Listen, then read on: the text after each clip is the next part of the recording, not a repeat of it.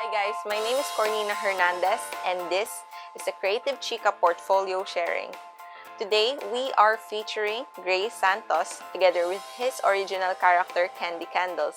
So stay tuned guys and I hope you guys enjoy. Hello, guys and gals and non-binaries. Um, I am Grey Santos, but people call me Grey.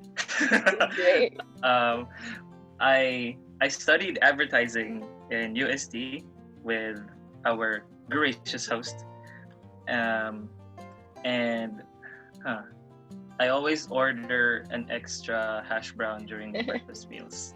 Yeah. So that's all I can say about myself. Oh, and I draw comics. Yes. That was the topic. I forgot. So basically, this was the first drawings I had when we were just establishing, like I mentioned earlier, yung restaurant namin. So I wanted to draw like a lady na very representative of La Muerte from the Book of Life. And yeah, the typical like roses. Let's make her have long hair. Let's make her designs have like a skull face na alam mo yan, parang ganong mga language. Yung overall na idea ko sa kanya was very vague. Gusto ko lang mag-drawing eh. So it was literally just born from a doodle. So yun, tas the first sketch na ginawa ko for her was I already knew that I wanted her eye makeup to be like sunflowers. But that's one thing na kinip ko all throughout eh. Her hair changed from the sketch because her hair here is much more thicker, almost like Korean boy band like. And then mas pinalit ko siya sa mas medyo mas thin, mas long yung ano niya ngayon, yung official na design na niya.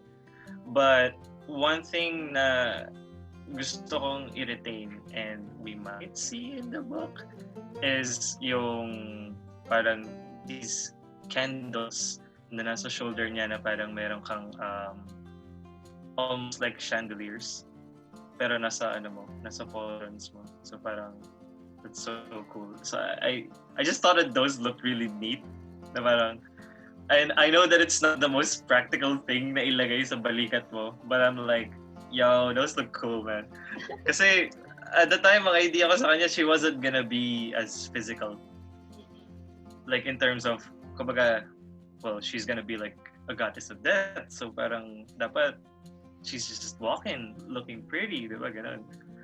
But I had to redesign her for the sake of the story because her story becomes a bit more physically demanding.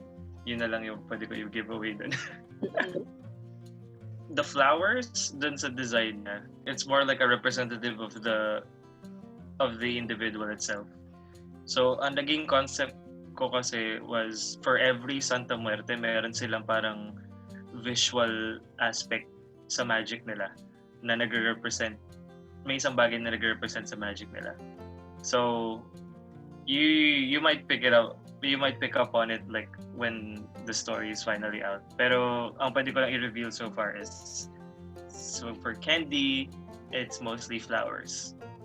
For her mom, it's like these webs and spiders. Parang yun yung parang ano niya.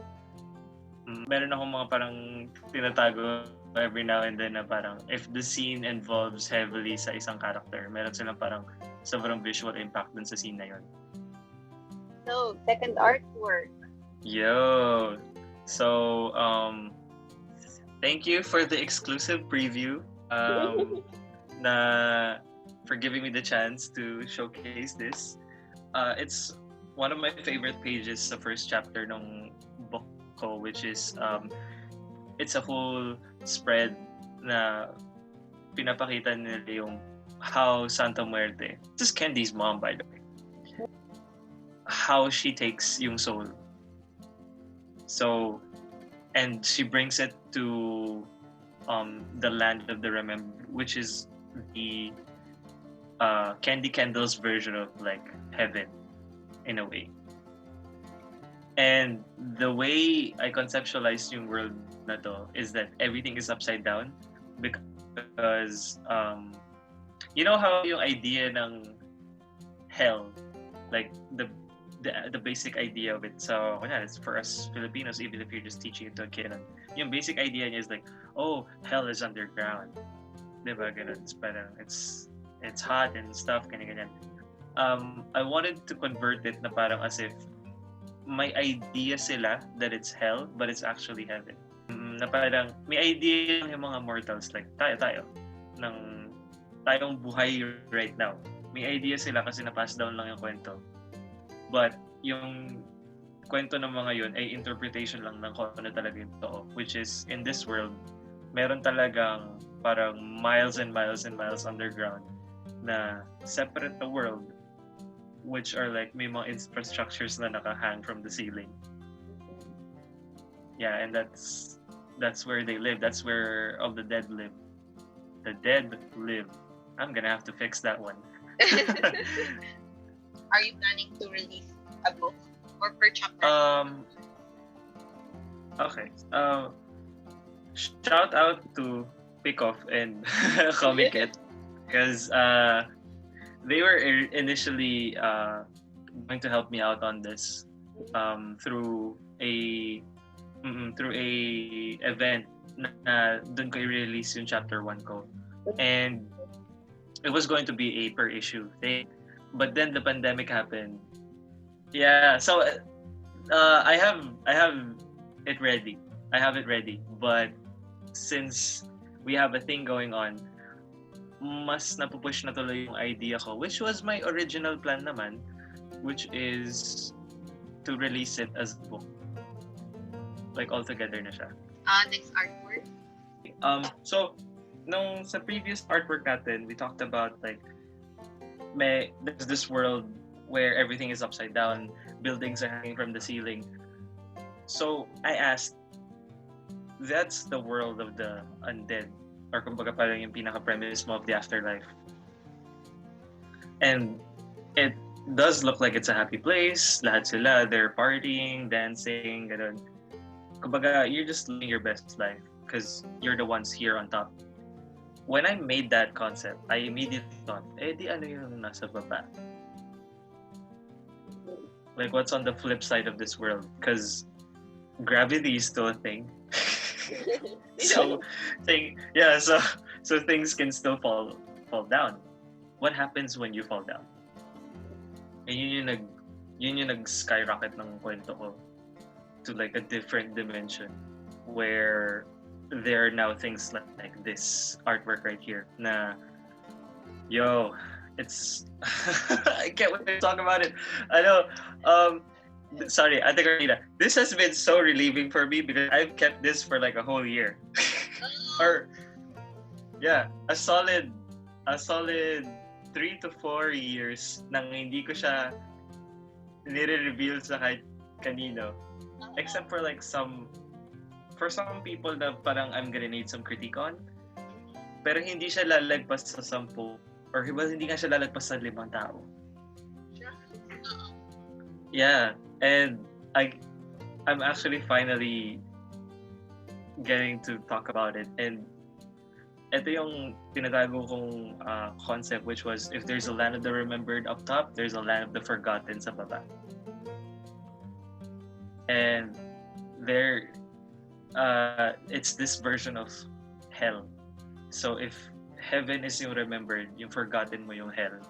And how do we describe hell? Hell is a place where in this world sa Candy Candles, magic is like hot air.